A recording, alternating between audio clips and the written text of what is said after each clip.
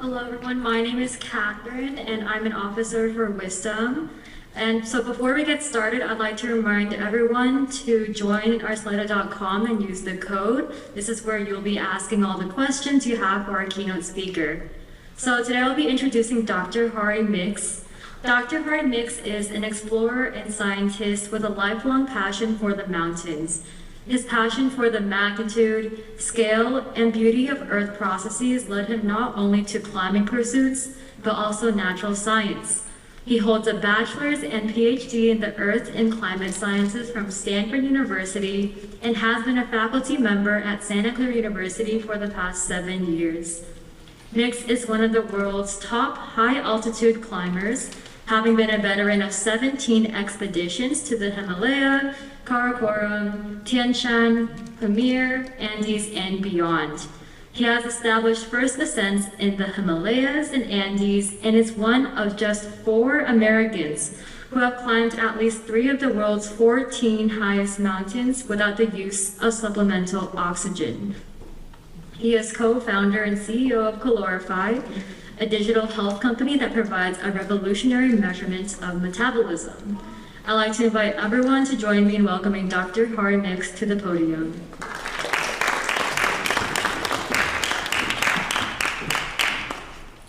All right, thank you so much. This is really fun. This is really such an honor as well. I've done a few things with the Harker School, and it's just so cool to see what you're all doing, what all your students are doing in terms of their projects. It's just unbelievable to be here.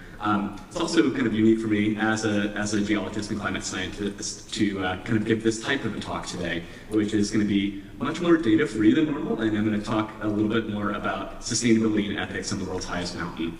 So at the very least, enjoy the pretty pictures and kind of enjoy a little break from all the data in the rest of your day.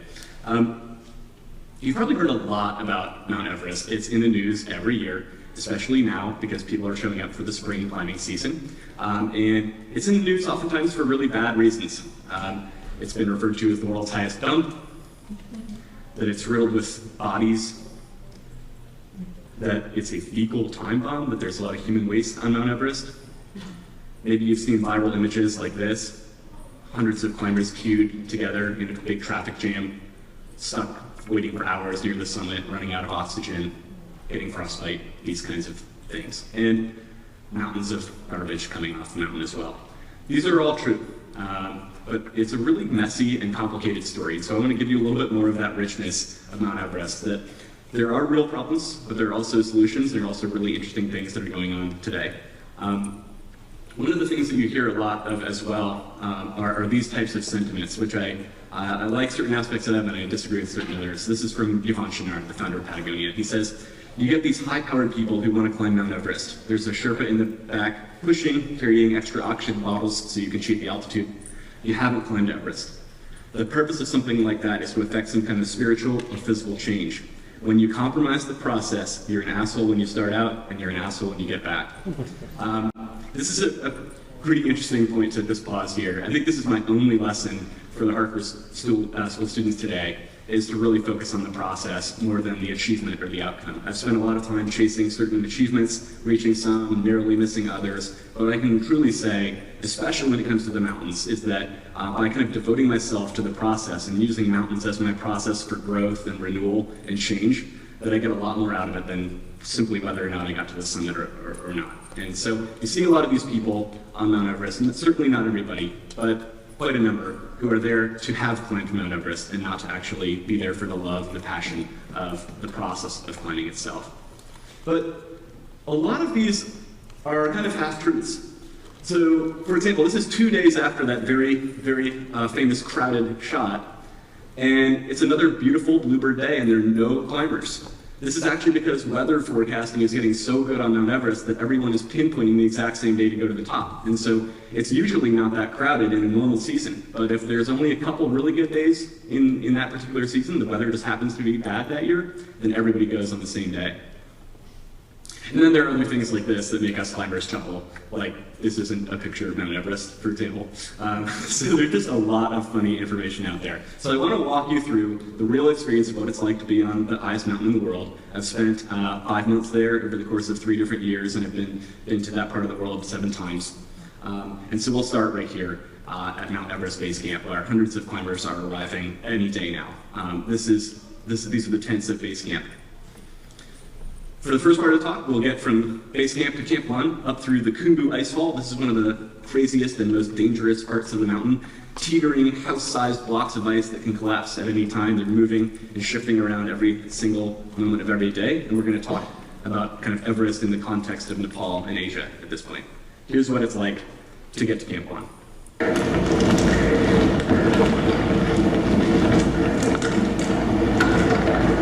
This is one of many typical ladder crossings. You see the ladders twisting and turning here. Probably 1.5 meters. Found some collapsed ice down there. This is 3 ladders from the 10-footers lashed together. This was a small group. Not very stable. Bouncy down there.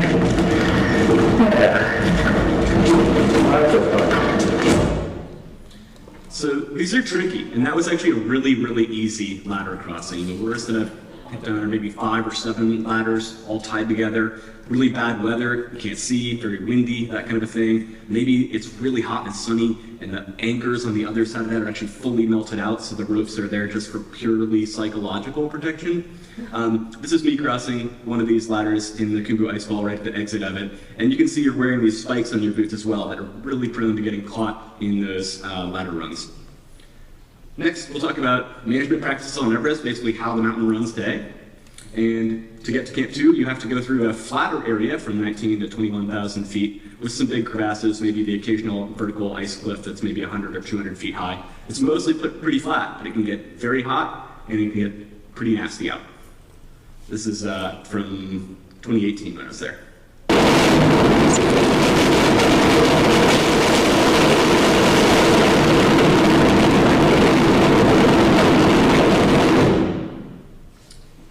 So it can be hard to stand.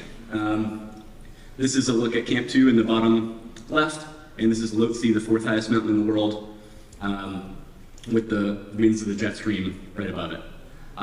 Just as a little side note, in 2013 I was part of a research expedition on Mount Everest, and I went above Camp 2 because I'd heard of a rumor that there was some moss. And so I climbed up onto the southwest base of Mount Everest and found the highest plant ever found. And actually sent it to researchers at the University of Washington. So I have a little tiny anecdote in science there. Then we'll take a look at lessons from around the world, both mountains that are doing worse than Everest, because it's certainly not the worst in the world, to places that we can take positive lessons from and try to apply them to the Himalaya. This is what it looks like to get to Camp 3. These are climbers caught in the jet stream. Again, very hard to stand. The wind is incredibly bad here. This is a situation where you're like holding on to the sides of the tent, wondering if you're going to get ripped off the mountain. And to take a look at the size of this ice base, this is a vertical mile drop back down to kind of that flat area is where Camp 2 is. So this is about the same vertical relief as the Grand Canyon. Finally, I'd like to kind of close the talk with my view for a more sustainable future on Mount Everest, applying some of the things that we can take from the rest of the world and putting them into practice on the highest mountain in the world.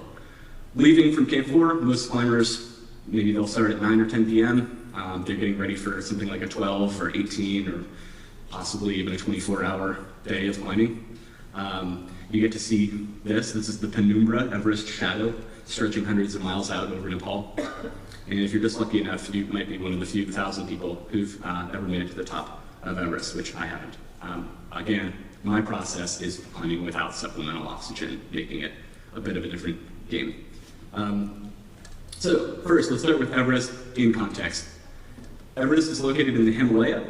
This is the Indian plate colliding northward into the Eurasian plate and creating the long chain of mountains known as the Himalaya and also the Tibetan Plateau seen here in the middle. It's a tiny country of Nepal that's sandwiched in between India and China. And it's a very beautiful and very diverse and complex and intricate culture, but it's also a very dysfunctional country when it comes to the government. It was overthrown, final overthrow of the monarchy in 2008 by Maoists, and it's been really chaotic and unstable since. They haven't been able to ratify a constitution, so there really isn't stable kind of government regulatory stuff in place. It's also one of the poorer countries in the world. Per capita GDP is on the order of a few dollars a day on average. This is a look at Kathmandu, the nation's capital, from the air. And you can see it's very bad air pollution there. Kathmandu is a city that doesn't have 24/7 electricity. That air pollution alone cuts life expectancy by almost 2 years. That clean water and sanitation are not available to the majority of the population, and that tens of thousands of children die each year due to waterborne disease. So when you hear things like about Everest being dirty, just do keep in mind that this is a really challenging part of the world, and that all of the people of places like Nepal and the surrounding communities don't have access to things that we take for granted oftentimes. This is a typical look at a village in western Nepal I've been to. Everest is actually situated in one of the cleanest and certainly wealthiest regions of Nepal. This is the Kumbu, home to the Sherpa people. You'll hear that word a couple times in the talk. Sherpa with a capital S is the ethnic group. Sherpa, as in climbing Sherpa with a lowercase s, is like the job of being a high altitude worker, someone who is doing the job of helping climbers on Mount Everest. So this is home to both.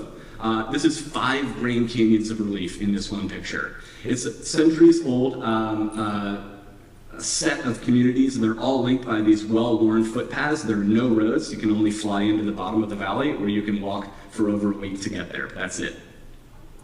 So these are, a look at some of what the Kumbu looks like. Incredibly warm and generous people, incredibly beautiful place, and it's very now wealthy and modern and trendy. Yes, you can get Wi-Fi and all the rest. This is also kind of a slight sidebar. To me personally, for me, science and exploration really go hand in hand, and this is an example of me doing pure exploration. Here I am reaching the fourth summit of a mountain adjacent to the Kumbu, just next to Everest. It's a 21,000-foot peak, and no one had ever been there before. So I've actually done some proper exploration in this part of the world as well. This is another look at just how spectacular the Kumbu is. This is Ama Dablam, what I would say is unquestionably one of the most beautiful mountains in the world, and one that I climbed in a speed ascent in 2016. Tourism in general has dramatically changed this part of the world. It's greatly increased the economy and the wealth of the Kumbu Valley. Tourism is by far the #1 thing in this region. There are tens of thousands of tourists that come in to trek and climb in this region each year. They bring in a lot in terms of permit fees. They bring in a lot in terms of other kind of tourist revenue. Specifically for Mount Everest, it's kind of like a seasonal village. Base camp has at its peak capacity in like 2 or 3 weeks. Maybe there will be about 1,000 people living there in a big year. I think this is going to be a pretty small year, but something like that.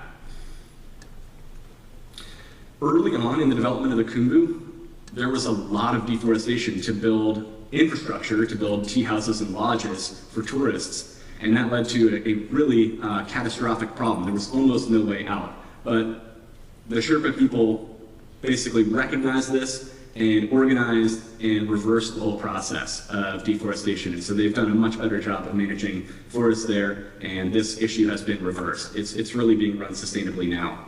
I think the main thing that's changing in the Kumbu right now is that helicopter use is just transforming Nepal. It's a booming industry, and so all of these places that you used to have to hike through, all these villages to get to Mount Everest, basically people are skipping over them with helicopters. Obviously there's a greenhouse gas kind of global warming issue there, but there's also the fact that the tourism and where those revenues are going is being much more centralized than it was even 5-10 years ago. This is a look at a tea house in the Kumbu. And this is a look at what some of the economics of the Kumbu in tourism jobs looks like. This is kind of the bottom rung. This is a porter. Porters tend to make maybe $12 a day, but they have maybe $3 or $4 a day in expenses for food and lodging. So maybe for $8 or $9 a day, they're carrying 110 to 150 pounds all day. This is a tough job. It's mostly done by teenage boys. This is one of the hardest jobs in the world, no doubt.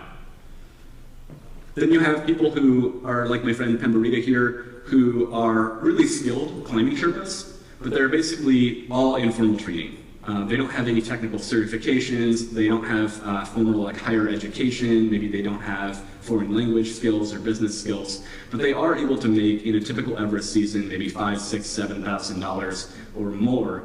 And again, if you think about that in the context of Nepal, where the GDP is under $1,000, they're able to make 6 or 7 times the national average in just a 2-month working season. And they work other seasons as well. So these are generational wealth kind of changing jobs. And then at the very top, you have elite, internationally certified mountain guides. Nepal has now dozens of them, and there are more and more each day. These are guys who have college education. They work in the Alps or in Norway in the off-season, like my friend Fertemba here, and they climb in the fall and in the spring Everest climbing season, and they can command even higher wages. So somebody like Fertemba may make $20,000 or $30,000 a year with his education. Okay, let's talk about how Everest kind of currently runs. It's complicated. A lot of it comes down to this informal group of expedition operators. There is a formal association, but mostly this is leaders from individual teams going around to other teams and meeting in their dining tents and having tea and deciding the way things are going to run. Oh, why don't we take this amount of rope over here and you guys do this and we'll meet up on this day to do this, that kind of a thing. A lot of just traditional kind of built on respect, built on reputation. That's the way things get done in practice on Everest. There are some formal structures in place. There's the Sagarmatha. Sagarmatha is the Nepali name for Everest Pollution Control Committee. This is from the National Park.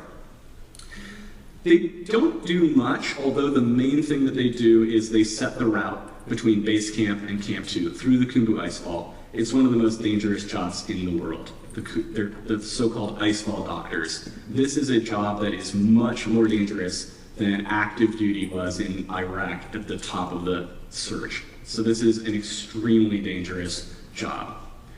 And then finally you have the national government. You have a few different systems in place. One is the liaison officer system. And this sounds good on paper. The idea is that a government official, like a military official, will accompany each expedition to make sure they're following all the regulations. The truth of the matter is, though, that nobody ever sees their liaison officer. They're always just down in the valley just drinking, and they never really even come up to base camp. Or if they do come up once, they just want to be treated really, really well. And if there's anything that pisses them off, you can run into trouble with other things. For example, you can run into problems with your environmental deposit, a $4,000 deposit. Again, great idea on paper to make sure that people are following environmental regulations. But it's a tool that's basically wielded over you. This environmental deposit doesn't really usually come down to anything that has to do with the environment. It really has just more to do with the government has a deposit, and so if they don't like anything, you can lose it. There's also, every year, right before the summer or the spring climbing season, there is a wave of press releases that come from the government, new regulations, and some of them sound really nice, again, on paper, but usually they just disappear and there's no enforcement. An example of a recent one was they wanted to get every Everest climber to take 8 kilograms of trash off the mountain. It wasn't enforced, or if it was enforced so poorly that it was practically not enforced.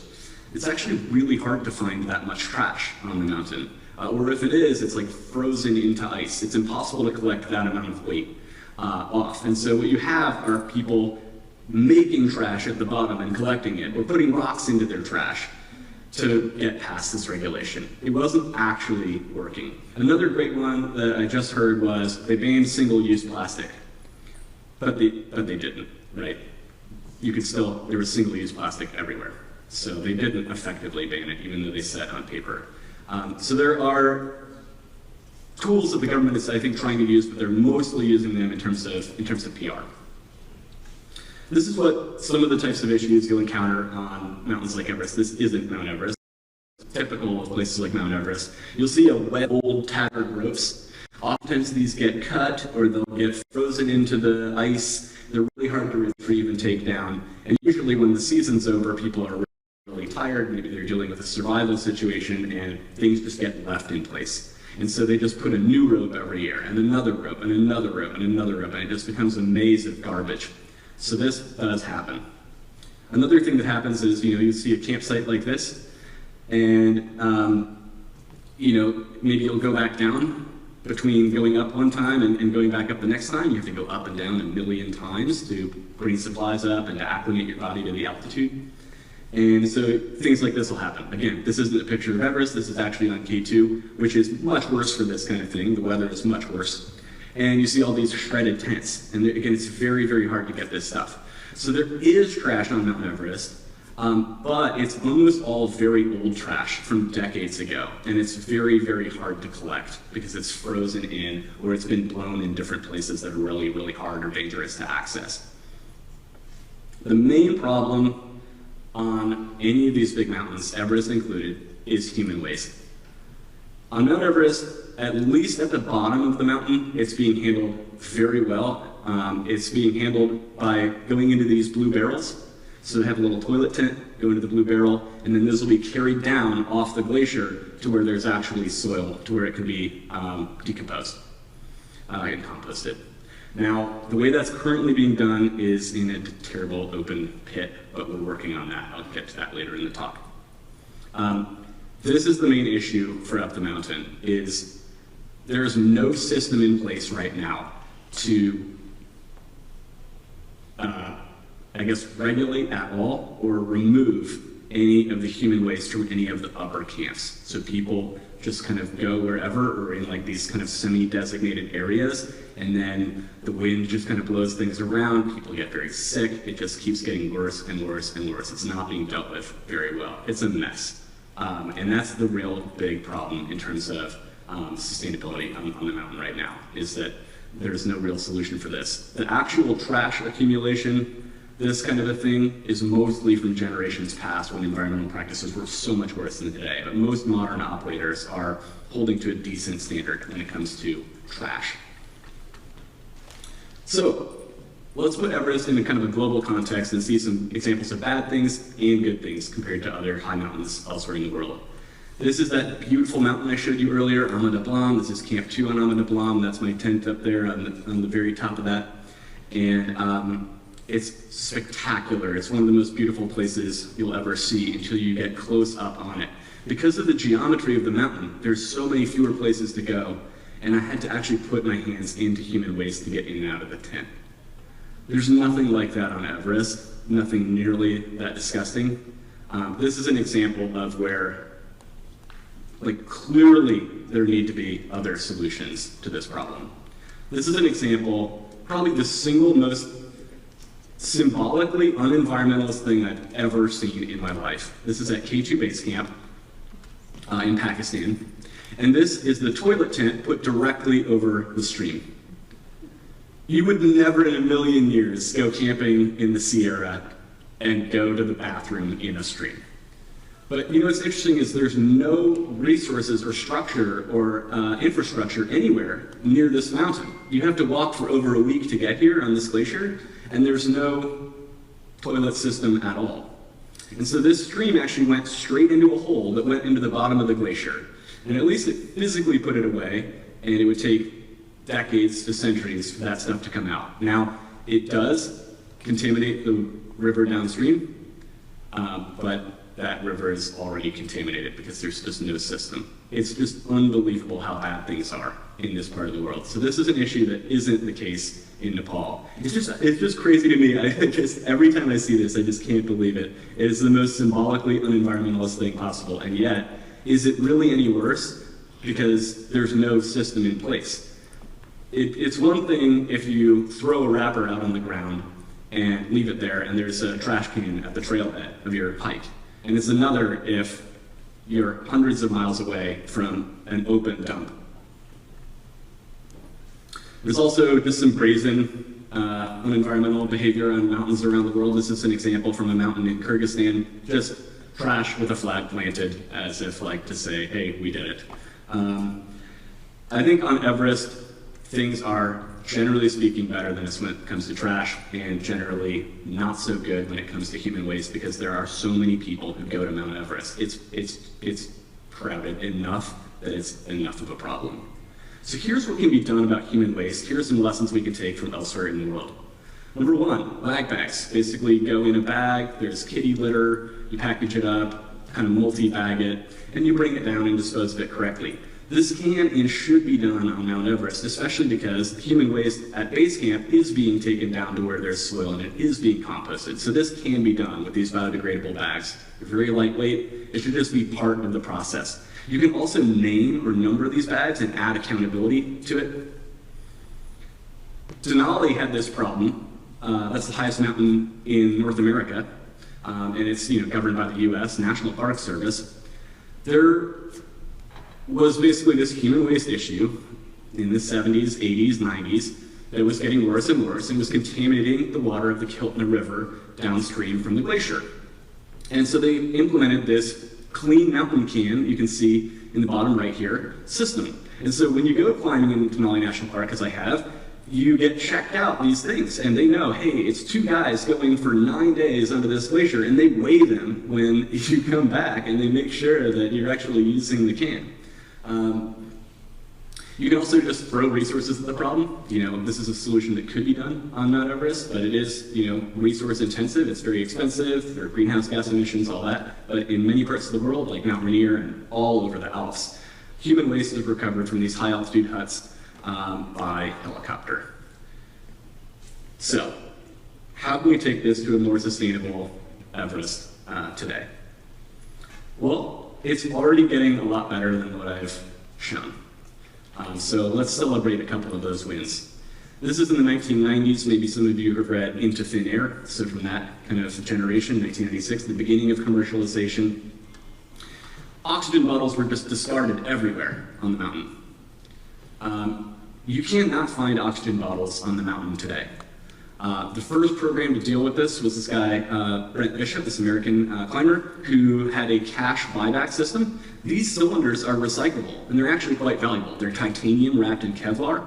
And again, we're talking about people who, if you give them $50 per cylinder, and you think about a country where GDP is $850 a year, this is a really great way to really quickly clean things up. And so all of these oxygen cylinders on Everest today, including all the ones that were historically discarded, are gone, and they're reused each year. So oxygen cylinders are no longer a problem. And it was just simply a matter of getting those cash incentives in the right place to where people would just do the right thing automatically. Another type of similar program was led by this guy. This is Dawa Steven Sherpa. He runs one of the leading Everest companies. They're called Asian Trekking. He, and also there's another guy that I haven't pictured here named Russell Bryce, who has now retired, but he led a very famous company called Himex. They both had similar type programs. What Dawa Steven did is at Everest Base Camp, he opened a bakery. And you're like, okay, well, what does a bakery have to do with sustainability? He took all the proceeds of the bakery and used them for a cash for trash program, $1 per kilogram of trash.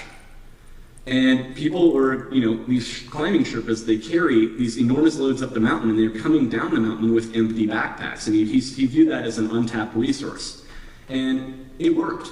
Just $1 per kilogram, and Russell Bryce did, I think, $2 per kilogram, and literally tons of trash came off the mountain. And it's very, very hard to find trash to actually take off the mountain today. You do kind of have to work for it. It's very effective. One of the things that Dawa Steven noticed about this program was that it was changing the culture. Sherpas, even though they could make money the next day by continuing to clean up trash, would actually see it in a different light. They would say, hey, don't throw that wrapper there, I just cleaned that up yesterday. The attitudes are changing. Today's Sherpas realize that these mountains are their resource. This is the source of their wealth. These are also sacred. Mountains in Nepal are worshipped as deities. And this is just part of the culture now, is keeping it clean, and keeping it clean for future generations, keeping it clean for religion, all these reasons. And so there are a whole suite of things that have come along with these much more ecologically friendly modern Everest expeditions. It used to be that there were gas generators for all the electricity. Now there are, in case there's a storm, because we need to have radios for safety, but it's pretty much all on solar. It's just constant boiling of water for drinking. Now, there are solar cookers that are doing that without gas. They're using lag bags and CFCs. Now, Current state of it is that individual teams are using them and it's not being regulated and it's not being enforced. It's just kind of a cultural thing, like this is how we do things on this team. But that is changing. And then finally, purifying water with much more energy efficient ways like UV light as opposed to boiling everything. So using a lot less gas as well. Second, if you think back to that open pit where all the human waste is coming off Mount Everest, they're building a biogas reactor. So they're actually able to use that waste to generate electricity as well. And then you have this whole other dimension, which is that the world's poles, and the Himalaya would be referred to as the world's third pole, are experiencing the effects of climate change faster and more significantly and more severely than anywhere else in the world. And so this is an example. This is the north side of Everest. In 1921, this is the Rongbuk Glacier, and here's the Rongbuk Glacier actually 12 years ago. It's continuing to recede. The forecast for Himalayan glaciers is truly dire. I'm a climate scientist, and I'm quite up to speed on the literature here. Some projections are as bad as 2/3 of all Himalayan glaciers will be lost this century. And that's really significant when you realize that well over 1 billion people are reliant on Himalayan glacier melt for their drinking water. We can already see the effects of this today in Nepal. So this is right next to Mount Everest. It's a lake called Imja Show. So when glaciers are melting really quickly, you get these what are called proglacial lakes, lakes at the very bottom of the glacier that are usually backed up by these very, very weak natural dams of rubble. And all it takes is one earthquake or one landslide, something to change, and you get a catastrophic, what's called a glacial outburst flood. And these can go down and rip through the valley and destroy all these communities. So it's a ticking time bomb among all those villages that are on the route to Everest. There are a few in particular that are very vulnerable. This exact lake, they actually just completed a very significant stabilization project for that natural dam. But the general problem exists that if you're gonna have that same type of thing occur on dozens of glaciers in this part of the world, I don't know how, it's just gonna be an enormous infrastructure challenge to stabilize all those lakes at this pace. This is also another little kind of piece of my science. Here I am rappelling off the edge of a crevasse at about 20,000 feet right next to Mount Everest in 2013 doing some research. You can see the kind of layers of the snow. Those are annual layers, and you can kind of see the black lines. That's dust. Remember the air pollution photo of Kathmandu? This is dust from India and Nepal that's advecting, that's blowing up onto these glaciers. And this black dust absorbs more energy than that very white, bright, reflective glacier. So if you make the surface of the glacier darker colored, it absorbs more energy and it accelerates melting. And so the air pollution problem interfaces with the climate change problem into this nasty positive feedback. One other really interesting anecdote is that I think the 2 layers below my feet there was actually the, maybe some of you are too young to remember it very well, but the Fukushima power plant accident in Japan following the tsunami. The radiation from that actually went all the way around the world in the westerlies, and we picked it up in the Himalayan glaciers. So Fukushima radiation made it to Mount Everest. So there is a framework for thinking about sustainability in the outdoors. Anybody heard of Leave No Trace? Any backpackers here or anything like that? So Leave No Trace has this set of 7 principles, and I think they're great. It totally makes sense if you're going on a backpacking trip to familiarize yourself with these and make sure you adhere to them. Do things like planning ahead. Don't camp on, very fragile surfaces like moss or meadows. Always camp on something that's durable. Dispose of waste properly, of course. Don't, be indiscriminate with where you're putting campfires. Don't take things out of the wild. Don't be mean to wildlife. Be considerate of other visitors. And I think if you think of climbers on these big mountains, I think they're doing almost all of them with the exception of disposing the waste properly. And I don't think that's because climbers are doing a particularly good job. I think that the reason that this all works out is that most of these, like campfires, for example, there are no campfires on Mount Everest. Most of these don't really apply. And so I've been actually working with a close friend of mine, he's a leading American mountain guide, his name's David Gottlieb, to develop a different set of principles, leave no trace principles, specifically for the fragile and unique mountain environment. How can you actually be respectful of the place? How can you be respectful of the people? How do you act ethically in this really complicated, really, really challenging environment? There are some things going for Everest, and there are some things that are holding it back. On the pro side, Everest is under the microscope. It's in the news all the time. The attention on Everest, I think, is a good thing. I think it pushes things forward. I think it makes it better. There's plenty of money, in theory, if it were to be correctly deployed, to make a lot of the changes that I'm going to recommend here. There's a lot of permit revenue. Currently, the permit to climb Mount Everest is $11,000.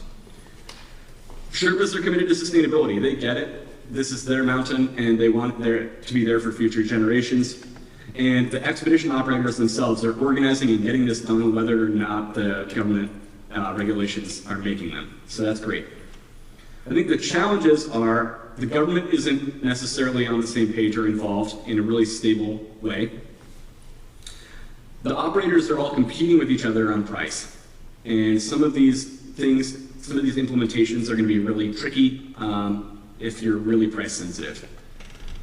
I haven't talked at all about China, but there are actually two sides of Everest, and that makes this more complicated. If this were just in one jurisdiction, one set of rules would be fine. But if China doesn't have certain regulations in place and Nepal does, then people could just go to China. So there is this kind of back and forth competition between which side climbers choose, and it's kind of ebbed and flowed multiple directions each time. Currently, about 2/3 of the people go to Nepal, about 1/3 go to Tibet.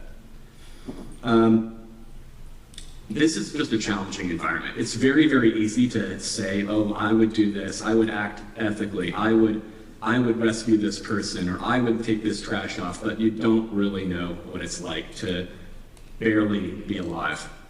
It's so hard to be at altitude. You know, when I was approaching the summit of one of these mountains, I was taking 12 breaths per step. Or it's just very hard to pick up trash if you could die in an avalanche.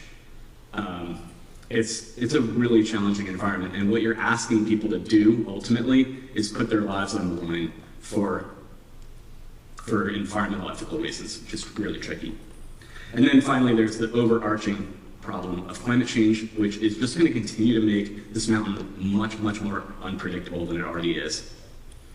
So what do I think we should do? I think we should have wag bags and clean mountain cans to get human waste off the upper mountain. Everybody can do this. It works. It's not hard. Trash and human waste can be removed from Camp 2 by heli. One of the reasons this is so important is you're not going to make people go extra trips through the icefall over all those ladders and everything like that, where it's one of the most dangerous places in the world you could possibly be. You can skip all that. Cash for trash. I think it still makes sense, even though it's going to be harder and harder to find this really accessible trash. It's still worth going and getting everything that we possibly can. When you see that maze and web of old ropes, permanent anchors, like putting bolts into rock, will actually reduce those. They'll make them reusable, and it will make it a lot safer and a lot easier for old ropes and things to be retrieved and taken down. Finally, we just need some actual oversight in the form of national park rangers who are experienced climbers at Camp 2 to oversee these regulations in the upper mountain and also be there for safety reasons. On safety, I would say we should minimize trips through the Kumbu icefall at all costs. Those are all those ladders. In fact, there's an expedition right now, they're showing up at base camp, and they're attempting to go around the right side of the Kumbu icefall. It involves vertical rock climbing, but it's way safer. So it might be harder, but it's way safer and more predictable. And so maybe this new route will be open and maybe people will skip that. It's one of the most dangerous places, again, in the world to be. They can check out these routes with helicopters, so they can actually map the route out, and they've started to do that, so that minimizes accidents that way. And you can pre-acclimatize, so you have to go up and down to get your body ready to go that high. You can go to other safer mountains first, and then you can just show up to Mount Everest and go up and down once, and just really minimize the amount of time that you spend on a really dangerous mountain. Second, there's an entirely different viable season. That's the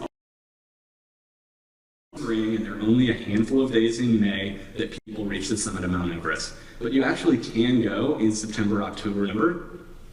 And given the current oxygen technology and weather forecasting and just modern resources, I think it's possible. So maybe you'll see more of this in the future. There are some other places that you can put in uplines and downlines and eliminate a lot of these traffic jams. The traffic jams occur in really predictable places, and all it takes is just a little bit more planning and a little bit more resources to make an upline and a downline, and just make sure that people aren't getting stuck in a really, really scary spot. And finally, we should be supporting labor standards, things like life insurance policies at a certain level, things like health insurance for all the high altitude workers.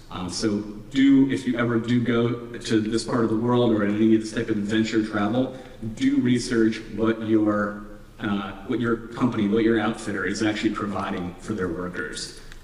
You can go the very most budget route, and you can get Sherpas who are being paid as little as $3,000 and having no labor standards at all, and they have no training and they have really poor equipment, or you can go to somewhere where people are being treated ethically. Beyond Everest, there are a huge set of challenges as well. You know, Everest isn't this dirty, unethical, hole in the middle of a pristine set of surroundings. In the Kumbu, we should add more infrastructure as well. People have a tendency to blame these places, you know? People lament things from decades ago. Oh, I remember I had this guy, I remember I was on Everest alone in 1983. Well, we'll talk about how privileged you were, right? I mean, we have decided to add infrastructure in some of the world's most beautiful places to make them more accessible for other people. Places like Yosemite Valley have, you know, running water, they have parking lots, they have restaurants, and they're kind of like the sacrificial lamb for the rest of the Sierra Nevada to remain as wild as it is. The south rim of the Grand Canyon is really accessible. Don't blame the places for being so unique and so special. Mount Everest is a beautiful and a special place, and it's here to stay. For whatever reason, people are just always going to be drawn to the highest mountain in the world. It's spectacular, and don't make it Everest's fault for being Everest. Some mountain in the world had to be the tallest. Within the Kumbu, let's add infrastructure like toilets, water, trash and recycling. And beyond, I would say, we have to think about some of the big picture here, which is that billions of people on the planet still don't have access to clean water, sanitation, and all of us are really going to struggle with a changing climate. So again, thank you so much to all the Harker students who have been really inspired by your work today, and here it is, you earned it. This is the view from the top of the world. Thank you.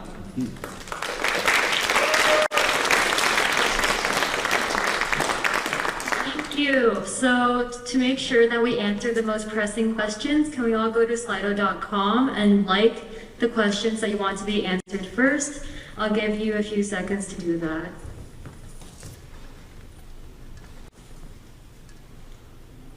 Okay, let's just start. So our first question is, what's the most dangerous situation you have ever encountered?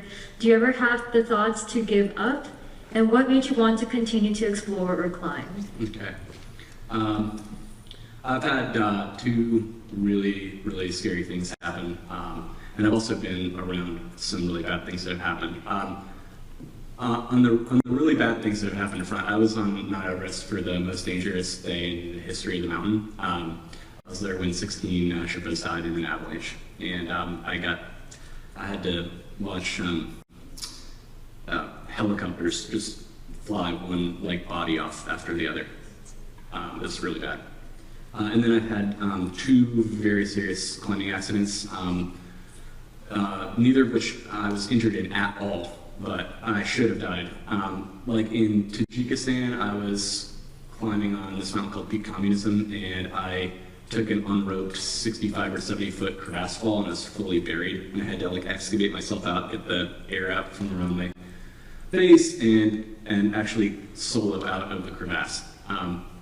And then most recently, actually this was just a couple of years ago, I was climbing in the White Mountains just east of the Sierra Nevada, and I was trying to do a winter traverse of the entire range. It's a very, very remote spot. There's no roads for like 20, 30 miles. And I got caught in the worst storm.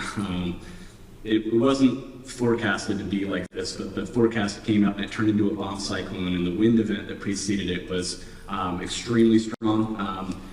7,000 feet below me, the wind gusts were 101 recorded, and I was in notches at over 13,000 feet, where it's like 150 to 200, and I had to like crawl down and then rock climb and free solo out of this storm. And it was I called search and rescue, but it became a body recovery mission. I got myself out. It was a 30-hour survival epic where I was like hallucinating and all that kind of stuff. Yeah. What were the other questions? Yeah. Do you ever have the thoughts to give up, and what made you want to continue to explore? Yeah, I kind of let the motivation kind of ebb and flow in terms of giving up. So it's just kind of a matter of like what inspires me in the moment. I don't think I'll ever give up like the mountains in general, but will I push so hard? There are certain things that I have like decided I'm giving up. Like that when I took the crevasse fall, for example, I pretty much decided that I'm not going to solo like 23,000, 24,000 foot mountains anymore. So pretty much not going to do that. But I'm going to always be in the mountains. Yeah. What inspired you to start climbing? I don't know, because it was so early. It was so unbelievably early. I was even looking in the World Almanac at pictures of Everest and seeing these other mountains nearby, and I was memorizing lists of the world's highest mountains, and I was drawing maps of Tibet. But seeing mountains, for the first time, I'm from Virginia, so I never really saw big mountains until I went and I saw in British Columbia, I saw Mount Robson, and then in Colorado I saw and started to climb a little bit on Long's Peak, and those were like the defining moments where I was like, okay, I'm like devoting my life to this. And the same thing happened for earth science. So my passion for the mountains spun me into natural science 100%. Right. Do other mountains also experience similar problems to Mount Everest? Yep, absolutely. And again, as I've mentioned, some of them are significantly worse. I think Everest is in this sweet spot where enough people go there that it is a problem, and there's some infrastructure, but not enough. There are other parts of the world that are worse, but fewer people go. And so it's kind of still getting away with it. Like Pakistan kind of comes to mind as far as that goes. Just like it's more rugged, there are fewer people, but the actual practices are worse. Everest is rough because like enough people go that it's a problem. Right, and I know you touched on this a little bit before, but which side of Everest did you climb, and how much did it make a difference? How much did it make a difference? Yeah. I don't know what that means necessarily, but I've been on the Nepal side of Everest 3 times. One to climb Lhotse, 2 to be on Everest, one of which I never even climbed because of that avalanche. I never even set foot on the mountain that year. And so I've been to Nepal 7 times climbing, and I would love to go to the Tibet side. So if I do go back, it'll be to that side. Yep. Yeah, and are other governments or agencies like the Swiss advising the Nepalese government or agencies on how to manage waste and control pollution? Gosh, are they getting formal advice? I'm not sure. I think the people who are actually on the ground running things are very aware. They're very skilled. They're very well traveled. They get it. I think that what's not there is the formal structure and the funding to make some of these changes really happen. Currently, I think people are just kind of doing it, kind of because it's right. But it would be way better to have a structure, like in the same way that if you go to Yosemite and you go for a hike, you know that there's a trash can and a recycling can and a toilet when you get back to the trailhead. Right. And what is the most dangerous mountain in your opinion? K2 is way up there. I have K2 stories. People would tend to say Annapurna. It's the 10th highest mountain in the world. There's a really terrible statistic. It's called the summit to death ratio. It's exactly what it sounds like, but it's kind of integrated over all history. And so it's a really messy statistic because some mountains people were trying, a long time ago. Like Everest in the 1920s was totally different than Everest in the 2020s. So the statistics are really messy, but Annapurna's is about 3 to 1. So for every 3 climbers who reach the summit, 1 dies. Everest is really low, like maybe 2% now. In the modern era, even less, like maybe 0.5%. And what was the main problem you encountered on your climbs? Gosh, inexperience. You know, it's just, it takes so much of you. You have to get so many things right. It's a 2-month process. You have to stay healthy. You have to take care of yourself. You have to stay mentally, like, engaged. It's just such a roller coaster of emotions. I think I was really, really aerobically developed, but not strong enough or durable enough, and I just kind of kept getting beat up by the things. So the first time I was there, I lost 25 pounds in 6 weeks, right? And it's not good. The second time, I didn't even get on it because I because of the avalanche. The third time, I was going through a mental health problem, and I just wasn't like really able to do it. Yeah, just didn't happen. How much gear and food per person do you need to carry to the base camp to support the climb? People will come in and out of base camp and bring up vegetables and other foods and stuff like that throughout the whole season. So, yeah, basically it's kind of constantly being resupplied into base camp. You only need to carry your own stuff.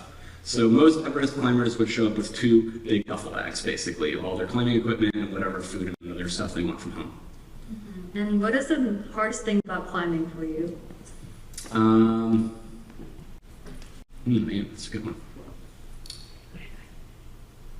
It just takes everything. I don't know if there's anything that I've ever done that takes more of you as a human being. Like you have to, every single aspect of you has to work, or else the whole thing will fail. It's the integrated challenge. There's no individual component that's harder than another.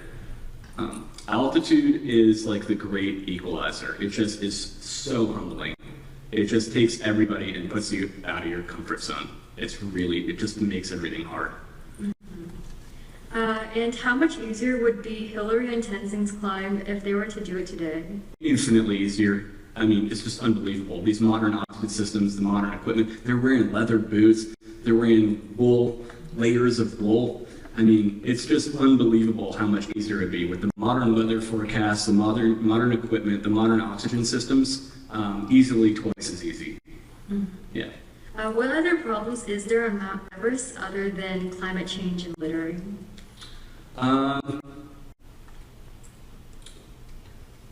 Selfishness.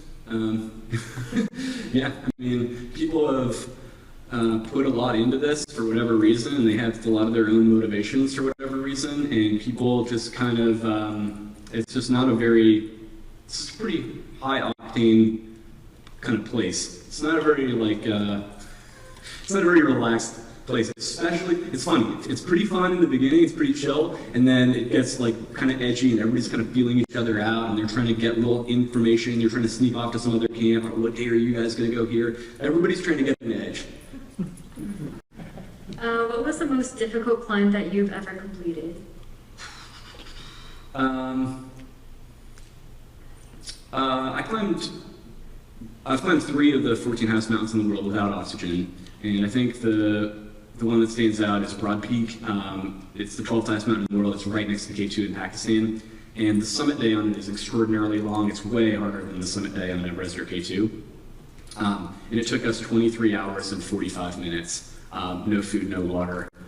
So it took us 17 hours and 15 minutes to go up. Again, it was going 12 breaths per step, deep snow, and then the whole last 6 hours is on this like ridge of rock slab, and your crampons are skating off of it, and there's like a 12,000 foot drop, and you're just up in a cloud, and you're just like, you're totally on your own. I was there with 4 people. They were all on oxygen.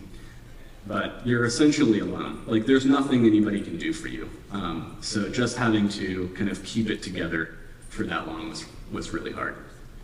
Right. And so how long is the final push to the summit on average? I would say today, the average summit push on Everest, the summit day is 12 to 18 hours. But that's day 4 or 5 of the summit push. So the summit push might take 5 or 6 days, and that comes at the end of a 2-month trip. Yeah. And so just a few more questions. What role might education play in changing the culture of sustainability? That's a great one. I wish my fiance were here because she works on ethics and education and all that, and I think I'll take a page out of her book when I would say we shouldn't go over to places and with the idea that we're going to educate. It is kind of colonial, right? I think like they probably know a lot of things. I don't think there's like a big cultural problem. I think it would help if we did a little bit more listening and a little bit more kind of collective brainstorming about practical solutions. I don't think that if you were to talk to these leading Sherpas today that you're going to tell them that many things that they don't know. How expensive is an average trip to Mount Everest? On the Nepal side, it's on the order of 40,000, 45,000. Okay, and then final question, what do you love most about climbing? Just the freedom. It's incredible. You get to just do whatever you want. You know, I think for me, it's kind of like, I am a scientist, but I think this is my kind of artistic or spiritual practice, basically. It's like I get to see the mountain and interact with it and make my own line on it. It's like the whole thing is your canvas, and you get to approach it through whatever style you want. You get to basically interact with it in your own way. All right, thank you so much, Dr. Harker. All right, thank you. Thank you.